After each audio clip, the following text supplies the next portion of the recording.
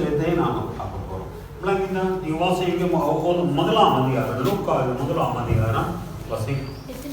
லூக்கா முதலாம் அதிகாரம் இதில் அவர் சொல்கிற கவனியம் தூதன் சொல்கிறான். வாசி கவனியம் தூதன்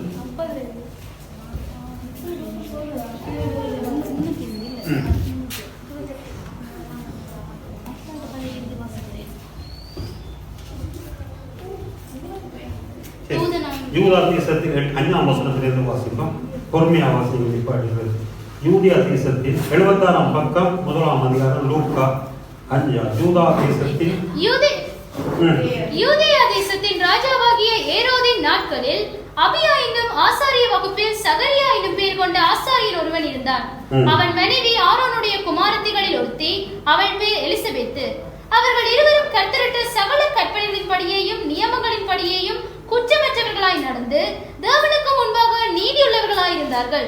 எலிசபெத்து அவர்கள் இருவரும் கர்த்தரிடத்தில் சகல கற்பனைகளின் படியையும் நியமங்களின் படியையும் குற்றமற்றவர்களாய் நடந்து தேவனுக்கு முன்பாக நீதியுள்ளவர்களாய் இருந்தார்கள். எலிசபெத்து மெலடியாய் இருந்தபடியினால் அவர்களுக்கு பிள்ளை இல்லாதிருந்தது. இருவரும் வயது சென்றவர்களாயும் இருந்தார்கள்.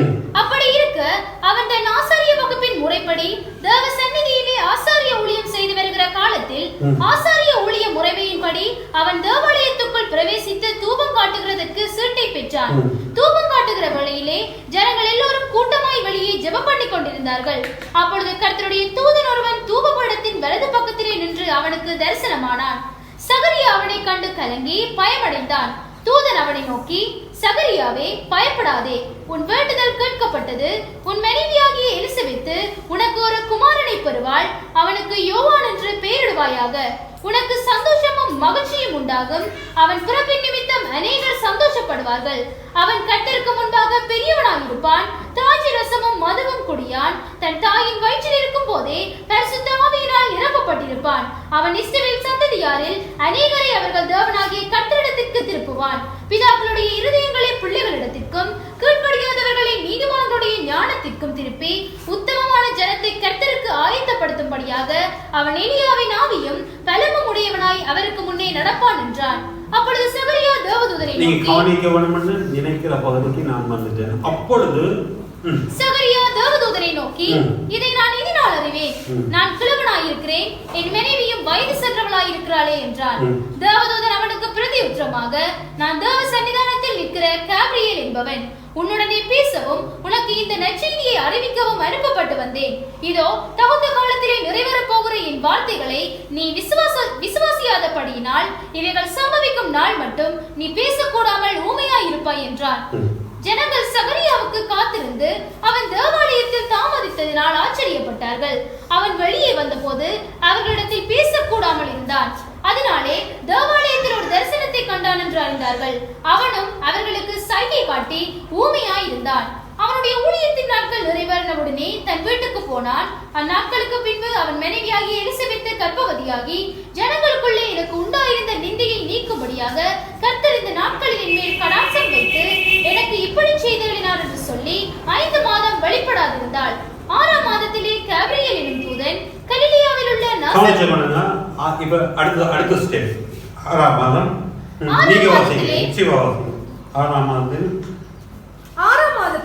காப்ரியேல் என்னும் தூதன் கலிலேயாவில் உள்ள நாசரேத் என்னும் ஊரில் தாவீதின் வம்சத்தானாகிய யோசேப்பு என்கிற நாமமுள்ள புருஷனுக்கு நியமிக்கப்பட்டிருந்த ஒரு கன்னிகையினிடத்துக்கு தேவனாலே அனுப்பப்பட்டான். அந்த கன்னிகையின் பெயர் மரியாள். அவள் இருந்த வீட்டிலே தேவதூதன் பிரவேசித்து, கிருபை பெற்றவளே வாழ்க, கர்த்தர் உன்னுடனே இருக்கிறார், ஸ்திரீகளுக்குள்ளே நீ ஆசீர்வதிக்கப்பட்டவள் என்றான். அவளோ அவனை கண்டு அவன் வார்த்தையினாலே கலங்கி இந்த வாழ்த்துதல் எப்படிப்பட்டதோ என்று சிந்தித்துக் கொண்டிருந்தாள். தேவதூதன் அவளை நோக்கி, மரியாளே, பயப்படாதே, நீ தேவனிடத்தில் கிருபை பெற்றாய். இதோ நீ கர்ப்பவதியாகி ஒரு குமாரனை பெறுவாய். அவருக்கு இயேசு என்று பெயரிடுவாயாக. அவர் பெரியவராயிருப்பார், உன்னதமானவருடைய குமாரன் என்னப்படுவார். கர்த்தராகிய தேவன் அவருடைய பிதாவாகிய தாவீதின் சிங்காசனத்தை அவருக்கு கொடுப்பார். அவர் யாக்கோபின் குடும்பத்தாரை என்றென்றைக்கும் அரசாளுவார். அவருடைய ராஜ்யத்திற்கு முடிவிராது என்றான். அதற்கு மரியாள் தேவதூதனை நோக்கி, இது எப்படியாகும்? புருஷனை அறியேனே என்றாள். தேவதூதன் தேவதூதன் அவளுக்கு பிரதியுத்தரமாக, பரிசுத்த ஆவி உன்மேல் வரும், உன்னதமானவருடைய பலம் உன்மேல் நிழலிடும், ஆதலால் உன்னிடத்தில் பிறக்கும் பரிசுத்தம் உள்ளது தேவனுடைய குமாரன் என்னப்படும். இதோ உனக்கு இனத்தாளாய் இருக்கிற எலிசபெத்தும் தன் முதல் வயதிலே ஒரு புத்திரனை கற்பந்தரித்திருக்கிறாள். மெலடி எனப்பட்ட அவளுக்கு இது 6ஆம் மாதம். தேவனாலே கூடாத காரியம் ஒன்றுமில்லை என்றான். அதற்கு மரியாள், இதோ நான் ஆண்டவருக்கு அடிமை, உம்முடைய வார்த்தையின்படி எனக்கு ஆக கடவது என்றாள். அப்பொழுது தேவதூதன் அவளிடத்திலிருந்து போய்விட்டான். அந்நாட்களில் மரியாள் எழுந்து மலைநாட்டிலே யூதாவில் உள்ள ஒரு பட்டணத்திற்கு தீவிரமாய் போய் இங்க அவருக்கு ஒரு வார்த்தை சொன்னது, உன்னுடைய ஜெபம் சகரியா ஒரு குருவான ஆசாரிய வகுப்புல ஒரு குருவான அவருக்கு ஒரு வார்த்தை சொல்லப்பட்டது. நான் தேவதூதன் தேவதனுடைய சன்னிதானத்தில் நிற்கிற கவிதையிலே தேவதூதன் உனக்கு ஒரு செய்தியை கொண்டு வந்திருக்கிறேன். நீங்க ஒரு குழந்தை பெறுவீங்க என்று காரியத்தை இதை இது நாள் அறிவேன். அவருக்கு இயல்பாகவே மனைவி இருந்தது, எலிசபெத் என்ற மனைவி இருந்தது. அவர் வயது சென்றவராக இருந்தார். அவர் அந்த வார்த்தையை நம்பாம நெகட்டிவா அவர் பேசின நேரத்தில், எதிர்மறையாக பேசின நேரத்தில், அப்போ உனக்கு ஒரு அடையாளம் வேணும், அந்த அடையாளத்தை நான் தான். இப்ப நீ வாய மூடு. சில பேர்ட்ட வாயை மூடணும், சில பேர்ட்ட வாய் மோசமான வாய். சில பேர் மூடவானும், சில பேர் போனாலே அநியாயம், வீடுகளுக்குள்ள போனாலே குடும்பத்தை கெடுத்து விட்டுருவாங்க. வாயை மூட வாணும். இந்த மனுஷன் வாயும் போய் எலிசபெத்துக்கு என்ன சொல்லியிருப்பேன். நீங்க உங்களோட இயல்பா யோசிச்சு பாருங்க. எலிசபெத்துக்கு இப்படி நான் போய் தூவங்காட்டி கண்டி கேட்க வடப்பக்கத்தோட தூதன் வந்தான், கவிரியல் என்று சொன்னான், சொல்லி போட்டு சொன்னான், உன்னுடைய ஜெபம் கேட்கப்பட்டது. அவள் மலடி என்று பேர் எடுத்தவள். அப்ப அந்த மலடி என்று சொல்லப்பட்டவளுக்கு குழந்தை கிடைக்கும் என்று சொல்றான். இது ஒரு நம்பக்கூடிய பேச்சாவா இருந்தது. மருத்துவ ரீதியில இப்படி எல்லாம் நடக்குமா? மருத்துவம் அப்படி சொல்லட்டும், வேத விஞ்ஞானம் சொல்லுறது நடக்க மாட்டேன், நடக்க மாட்டாலும் நடக்கும். அப்ப நான் இதை இப்படி இவன் கேட்டு என்ன நடந்திருக்கான்?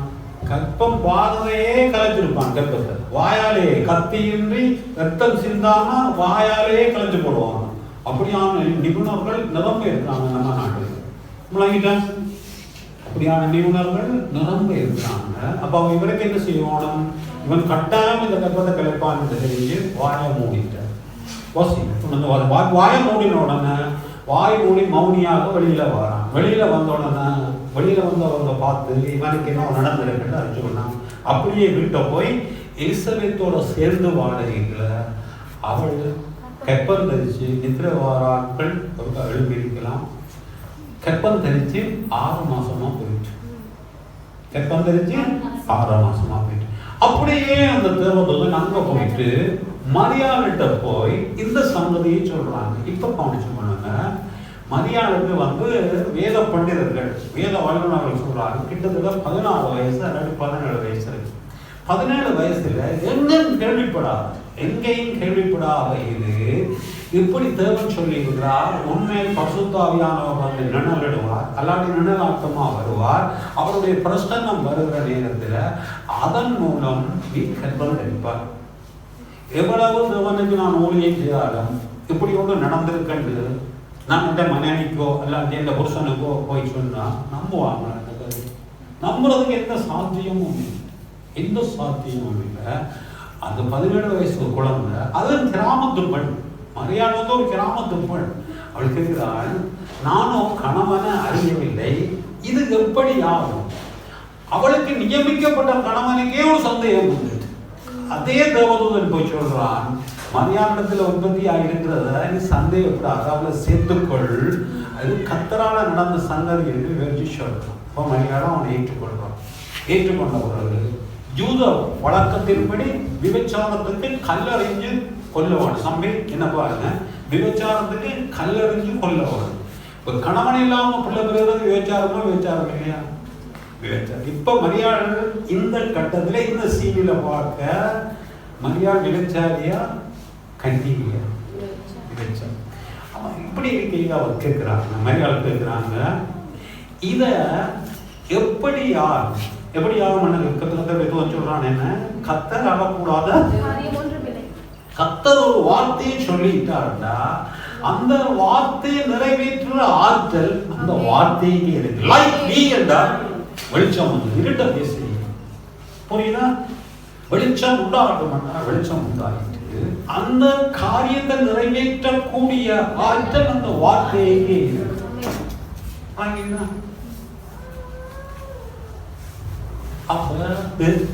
சொல்றான், கர்த்தர் வார்த்தை சொல்லிட்டாருன்னா அவரால் கூடாத காரியம் ஒன்றும் இல்லை. அடுத்தது அதற்கு மரியாள், இதோ நான் ஆண்டவருக்கு அடிமை, உம்முடைய வார்த்தையின்படி எனக்கு ஆக கடவது என்றாள். என்ன நடந்தது? ஆண்டவரே, அவள் அடிமை என்ற இந்த அடிமை நான் ஆண்டவரே அந்த கதைக்கு வேறு அதில் ஆங்கில புத்தகத்தில் இருக்கு. இந்த விரிவாக்கள் இருந்து சேவன் எழுதுது.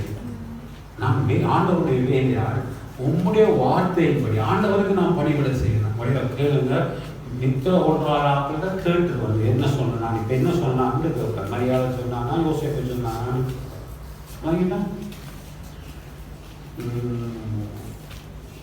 வாழ்பாத எஸ்டேட்டில் போதர் பேசிக்கின்றது. போதர் பேசிக்கின்றது எல்லாருமே கேட்டுக்கின்றார். பக்கத்தில் இருக்கிற போதர் நித்திரையா போயிட்டார். நித்திரையா போன உடனே அப்போ இவருக்கு ஒரு சந்தேகம், அங்கே கேட்டுக்கொண்டு தான் நான் இருக்கிறாங்களான்னு, கேட்டுக்கொண்டு நான் இருக்கிறேன்னு. பகலோகத்துக்கு போவார்கள், எழும்பினீங்கன்னு சொன்ன உடனே எல்லாரும் எழுப்பிட்டாங்க. சரி, இப்ப இல்ல பகலோகத்துக்கு இல்ல நரகத்துக்கு போறாங்க. இப்ப நரகத்துக்கு போற ஆட்கள் எழுப்பினீங்கன்றது இந்த பக்கத்துல இருந்த போதற்கு நரகத்துக்கு எழுப்பினீங்க அப்படி எழுப்பியிருந்து உங்களோட காரியங்களை கெடுக்கிறாங்க. அப்படிதான் கேட்டு வரும்போது அப்படியா சரியா சொல்லணும்.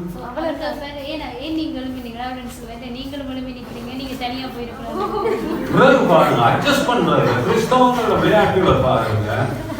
ஐயோ நரகத்துக்கு போறாங்களாம் எழுப்பினீங்கன்னு சொன்னீங்க. மக்கள் பார்த்துக்கிட்டு இருந்தாங்களே உங்களை நரகத்துக்கு போறாங்க எழுப்பினா நீங்க மாத்திரம் எழுப்பினீங்க.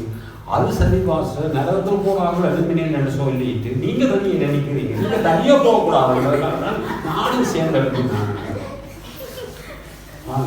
எப்படியா நீங்க பாச தனிய நடந்து போக கூடாது, நானும் கூடவே இருக்கிறேன்.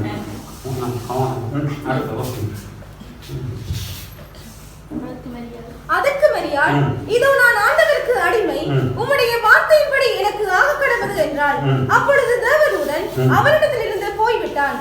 அந்நாட்களில் மரியாள் இருந்து மலைநாட்டிலே யூதாவில் உள்ள ஒரு பட்டணத்திற்கு தீவிரமாய் போய் சகரியாவின் வீட்டுக்குள் பிரவேசித்து எலிசபெத்தை வாழ்த்தினாள். எலிசபெத் மரியாளுடைய வாழ்த்துதலை கேட்ட பொழுது அவளுடைய வயிற்றில் இருந்த பிள்ளை துள்ளிற்று. எலிசபெத் பரிசுத்த ஆவியினால் நிரப்பப்பட்டு உரத்த சத்தமாய், ஸ்திரீகளுக்குள்ளே நீ ஆசீர்வதிக்கப்பட்டவள், உன் கர்ப்பத்தின் கனியும் ஆசீர்வதிக்கப்பட்டது. என் ஆண்டவருடைய தாயார் என்னிடத்தில் வந்தது எனக்கு எதினால் கிடைத்தது. இதோ நீ வாழ்த்தின சத்தம் என் காதில் விழுந்தவுடனே என் வயிற்றில் உள்ள பிள்ளை களிப்பாய் துள்ளிற்று. விசுவாசித்தவளே பாக்கியவதி, கர்த்தராலே அவளுக்கு சொல்லப்பட்டவைகள் நிறைவேறும் என்றார். என்ன நடக்கும்? இப்ப பிரச்சனையா இருக்கலாம், என்னவும் பிரச்சனையா இருக்கலாம், பிரச்சனையை சந்திக்கலாம். உனக்கு கர்த்தர் என்ன சொன்னாரோ கர்த்தரால சொன்னது அது நடைபெறும். நீ கன்னியா இருந்தாங்க, கற்பப்பை இல்லாதவளா இருந்தாங்க, கர்த்தரால சொன்னது நடவரும். அவ்வளவு கர்த்தரால சொன்னது நடவரும். கர்த்தரால என்னென்ன வசனம் வருது? விசுவாசித்தவளே பாக்கியவதி, கர்த்தராலே சொல்லப்பட்டது நிறைவேறும். உனக்கு நிறைவேறும். பயப்படாத, கர்த்தரை மாத்திரம் சூழ்நிலையை பார்க்காத. சூழ்நிலை எல்லாம் தாறுமாறா இருக்கலாம், கர்த்தரை மாத்திரம் பார்க்க. பொய்யாதது இப்படி போய் சொல்ல முடியாதவரா பசி. அப்பொழுது மரியாள், என் ஆத்துமா கர்த்தரை மகிமைப்படுத்துகிறது. இப்ப போனீங்க 17 வயசு பொன், கிராமத்து பொன், ஒன்றும் இல்ல. என்ன பாசிட்டிவா சொல்றாருன்னு பாருங்க. நீங்க சொல்லுவீங்களான்னு நீங்களே யோசிச்சு பாருங்க. பாசிட்டிவா என்ன சொல்றான்? அப்பொழுது மரியாள், என் ஆத்துமா கர்த்தரை மகிமைப்படுத்துகிறது. ஏன் மகிமைப்படுத்துது? என்னுடைய ஆத்துமா கர்த்தரை மகிமைப்படுத்துகிறது. என் ஆவி என் இரட்சகராகிய தேவனில் களிகூறுகிறது. என் ஆவி என் இரட்சகராகிய தேவனில் களிகூறுகிறது. அவர் தன்னுடைய அடிமையின் தாழ்மையை நோக்கி பார்த்தார். அவர் தன் அடிமையின் தாழ்மையை நோக்கி பார்த்தார். இதோ இது முதல் எல்லா எல்லா சந்ததிகளும் என்னை பாக்கியவதி என்பார்கள். உண்மையின்படி அப்படித்தான் சொல்லுவார். ஐயோ இந்த தேவையில்லாத வேலையை பார்த்து புருஷனுக்கு சந்தேகப்படுறான், தள்ளி விட்டு கொள்வோமான்னு பார்க்கிறான். புருஷன் என்ன செய்யறான்? யோசேப்பு நீதிமான் தான். ஆனா தள்ளி ரகசியமா தள்ளி விட்டுருவோமா, மலையில இருந்து தள்ளி ஆளை க்ளோஸ் ஆக்குவோமான்னு பார்க்கிறான் புருஷன். அப்ப இந்த சூழ்நிலையில போய் மரியாள் போய் சேவகத்தை சொல்றாள், என்னடி இது முதல் எல்லா சந்ததிகளும் என்னை பாக்கியவதி என்பார்கள். வல்லமையுடையவர் மகிமையானவைகளை எனக்கு செய்தார். மகிமையானது எனக்கு செய்தார். அடுத்த வசனம், அவருடைய இரக்கம் அவருக்கு பயந்திருக்கிறவர்களுக்கு தலைமுறை தலைமுறையாய் உள்ளது. தலைமுறையாக இருக்கு, தலைமுறையா இருக்கு. எல்லாரும் சொல்றாங்க கர்த்தர் எரிச்சலோட தேவன், 3ஆம் 4ஆம் தலைமுறை விசாரிக்கிறதவன் சொல்றார். அடே தலைமுறையா இருக்கணும்னு சொல்றாரு. 1000 தலைமுறைக்கு இரக்கம் செய்கிற கர்த்தர் என்று சொல்றார். 1000 தலைமுறைக்கு இரக்கம் செய்கிற கர்த்தர் என்று சொல்றார். ஏண்டா 3 எடுத்துட்டு 3ஆம் 4ஆம் தலைமுறை அது ஏண்டா போய் சொல்லுவாங்க. 1000 தலைமுறையில இருந்தா நிச்சயமா 996 தலைமுறை இரக்கம் செய்கிற கர்த்தர். நீங்க யோசி, சிரிக்காம சரி, அப்படி இரக்கம் செய்யற கர்த்தர். இப்ப பாருங்க, 2 மலடி, இவள் பிள்ளைப்படாத மலடி, அவள் கல்யாணம் முடிச்ச மலடி, 2 மலடி மாறி மாறி வாழ்த்துக்களை சொல்றாங்க. மரணமும் ஜீவனும் அங்கே இருக்குது. 18ஆம் அதிகாரம் 22, நீதிமொழிகள் 18:22. ஒரு ஆள் 15ஆம் அதிகாரம் 15ஆம் நீதிமொழிகள் 15ஆம் அதிகாரம். மரணமும் ஜீவனும் நாவின் அதிகாரத்தில் இருக்கும். அதில் பிரியப்படுகிறவர்கள் அதன் கனியை புசிப்பார்கள். 15ஆம் அதிகாரம் 14ஆம். ஆரோக்கியமுள்ள நாவு ஜீவ விருட்சம், நாவின் மாறுபாடோ ஆவியை நொறுக்கும். நல்ல வார்த்தைகள் ஜீவ விருட்சமா, நல்ல வார்த்தைகள். நீ வாழ்ந்திருப்பாய், சுயித்திருப்பாய், வெற்றி பெறுவாய். மரியாள் வந்து வாழ்த்தின உடனே களிப்பால களிப்பால் அவள், நீ பார்த்த அந்த வசனத்திற்கு மரியாள் வாழ்த்தினோட எலிசபெத் மரியாளுடைய வாழ்த்துதலை கேட்ட பொழுது அவளுடைய வயிற்றில் இருந்த பிள்ளை துள்ளிச்சு. அதுக்கு மேல் அடுத்த வசனம், இதோ நீ வாழ்த்தின சத்தம் என் காதில் விழுந்தவுடனே, இதோ நீ வாழ்த்தின சத்தம் என் காதில் விழுந்தவுடனே என் வயிற்றில் உள்ள பிள்ளை களிப்பாய் துள்ளிச்சு. என்னுடைய வயிற்றில் உள்ள பிள்ளை களிப்பாய் துள்ளிச்சு. ஆனா சில பேர் வாழ்த்துதல் உள்ள இருந்தாலும் கரைஞ்சு போயிடுச்சு. சில பேர் அப்படியே கரைஞ்சு போய் இப்படியான மோசமான ஆகலாம் அவங்களோட கூடாது. ஆண்டவர் சொன்னார், மரியாள் போய் இந்த கதையை தாய்க்கோ அல்லாட்டி அத்தைக்கோ போய் சொல்லி இருந்தா இது நடந்தது. குறிப்பா தேவதன் சொல்றான், உன்னுடைய இனத்தாளாகிய எலிசபெத் மலைநாட்டில் இருக்கிறாள், அவள்கிட்ட போ. அவள் பாசிட்டிவா பேசுறாள். கர்த்தரால விசுவாசித்தவளே பாக்கியவதி, ஆசீர்வதிக்கப்பட்டவள். அவளுக்கு கர்த்தரால சொன்னது நிறைவேறும் என்று அவள் சொல்றாள். இவள் பிறகு சொல்றாள், நீ வாழ்த்துற சத்தம் என்னுடைய வயிற்றில் இருந்த பிள்ளைய கழிப்பாய் துள்ளிட்டு என்று பிள்ளை பெரும் மாசம் மட்டும் அவளோட இருந்து பாசிட்டிவான வார்த்தைகளை பேசி பிள்ளை பெறுகிற டைமில் தான் அவள் வெளியிட்டு அந்த இயேசு பிறந்தார். அப்போ பாசிட்டிவாக மரியாதை இதையெல்லாம் வந்து இயேசு பிறந்ததுக்கு கிறிஸ்மஸுக்கு தான் பேசுவாங்க. இப்போ நான் பேசுனேன் என்னன்னு கேட்டா, பாசிட்டிவா பேசப்படாதுங்க. தேவையில்லாத ஆட்களோட கூடாதீங்க. தேவையில்லாத ஆட்களோட செய்கிறா கரைச்சி விட்டுருவாங்க தமிழ் தெரியல. கர்ப்பத்திலே இருந்த பிள்ளை களிப்பாய் துள்ளிட்டு, இவங்க பேசுனா கர்ப்பத்திலே இருக்கிற பொருள் களிப்பாவா என்னவா கரைஞ்சே கொடுத்து. இப்படியான ஆட்களோட சேரக்கூடாதுன்னு வேதமும் சொல்லுது. 2ஆம் அதிகாரம் அப்போஸ்தலர், அதுல பாருங்க கத்தோலிக்க மொழியில் இருக்கு. 2ஆம் அதிகாரம் 40ஆம் வசனம். அப்போஸ்தலர் 2ஆம் அதிகாரம் 40ஆம் வசனம்.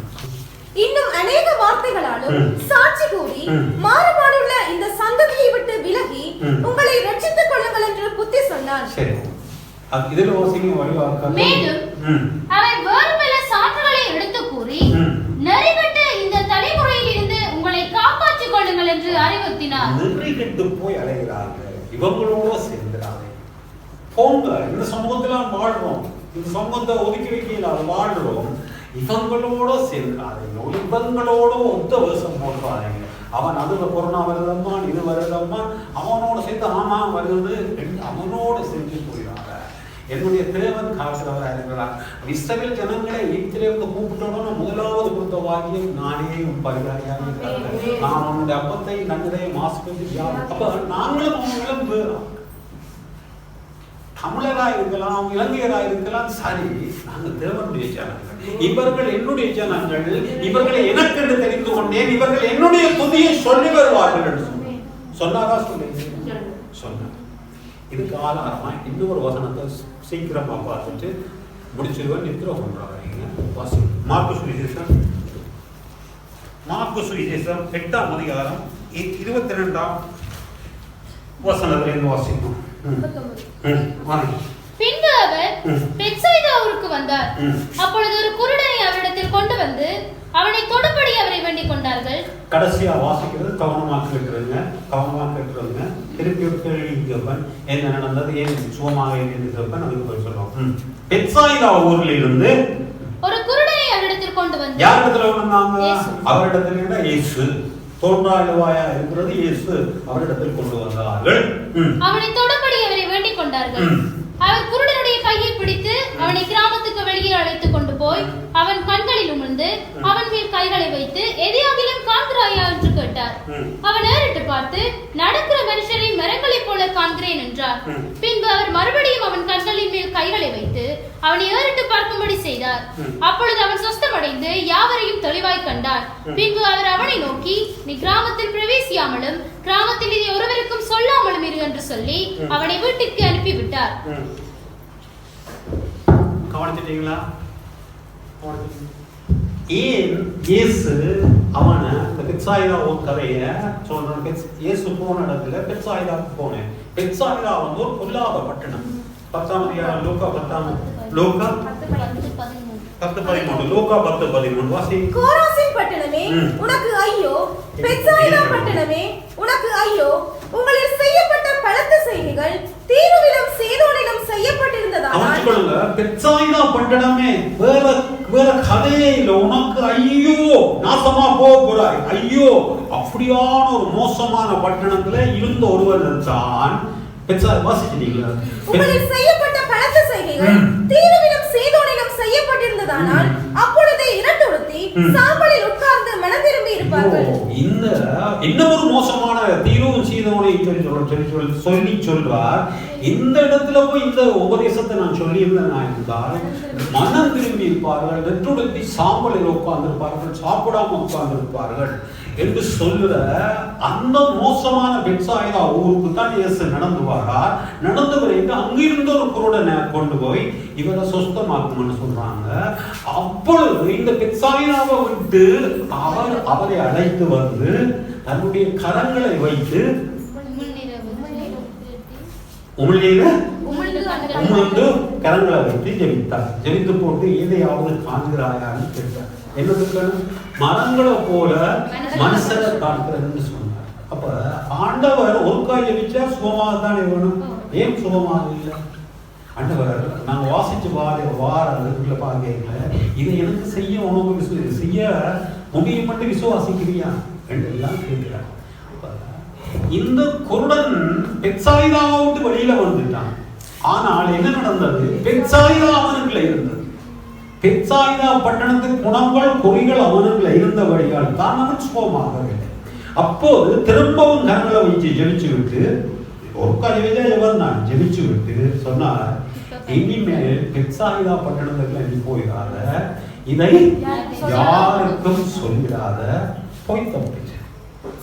அப்ப சில இடங்களுக்கு போகக்கூடாது, சில ஜனங்களோடு சேரக்கூடாது.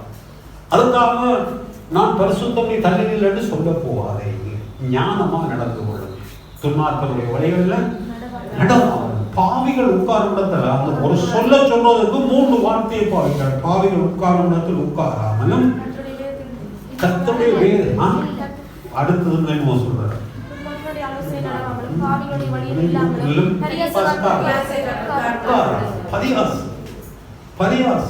பரியாசம் பண்ணுவார். ஒரு டீச்சர் படிச்சு இருந்தாங்கன்னா, தர்சினி டீச்சர் படிச்சுட்டு இருந்தாங்கன்னா, அவங்க பக்கத்தில் இருந்த ஒரு சைவ டீச்சர் கேட்டாங்க. இயேசு பிறந்த நேரத்தில் இந்த டீச்சர் கண்டவர் 2 நாட்கள் அடித்தார். அந்த அபி சொன்னா, என் டீச்சர் கண்ட கதை வைப்பான். சரித்திரமே கிறிஸ்துவுக்கு பின்னாடி எழுது இருக்குது. புறையனே சொல்ற கதையை கதைப்பான். அப்ப அப்படிப்பட்ட ஆட்கள் மத்தியில ரொம்ப கவனமா இருக்கணும். அப்ப ஆகவே என்னன்னா, பெத்சாயிதா பட்டணத்திலிருந்து வெளியில அழைத்து என்ன அப்படிங்கிறது என்ன நடந்தது? பெத்சாயிதா பட்டணத்திலிருந்து வெளியில அழைத்து கரத்தை வைத்து ஜெபித்து சுகத்தை கொடுத்தார். திரும்பவும் அந்த பெத்சாயிதாவுக்கு ஏன் போக வேண்டாம்? அவங்க உள்ளாதவங்க உன்னுடைய விசுவாசத்தை கெடுத்துருவாங்க, கற்பத்தை கலைச்சிருவாங்க. மரியாள் எலிசபெத்திட்ட போகாம உதராகிட்ட போனா என்ன நடந்திருக்கும்னு நீங்க யோசிச்சு பாருங்க. கற்பம் உண்டாயிருக்குமா கலைஞ்சிருக்குமா? ஒரு பூச்சியும் இல்ல புழுவும் இல்ல சொல்றால் வல்லமையானவர் மகிமையானவைகளை எனக்கு செய்வார் அப்படின்னு சொல்றோம். அது உருவா அது வந்து வயதுல இருக்குது. பாவியுடைய சொத்து நீதிமானுக்கு வயதுல இருந்து வளர்ந்து இருக்குது. 10வது மாதமும் 9வது மாதம் வெளியில தேவையில்லாத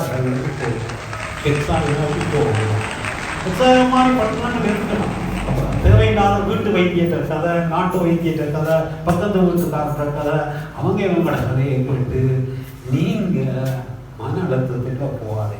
தேவனோட வாக்கு தந்து கர்த்தரால் உங்களுக்கு சொல்லப்பட்டது நிறைவேறும். அவ்வளவுதான் ஆண்டவரை நீ சொன்னதை ஞாபகப்படுத்துறேன். ஆண்டவரை நிறைவேறு நிறைவேறு நிறைவேறு நிறைவேறு நிறைவேறு நிறைவேறு.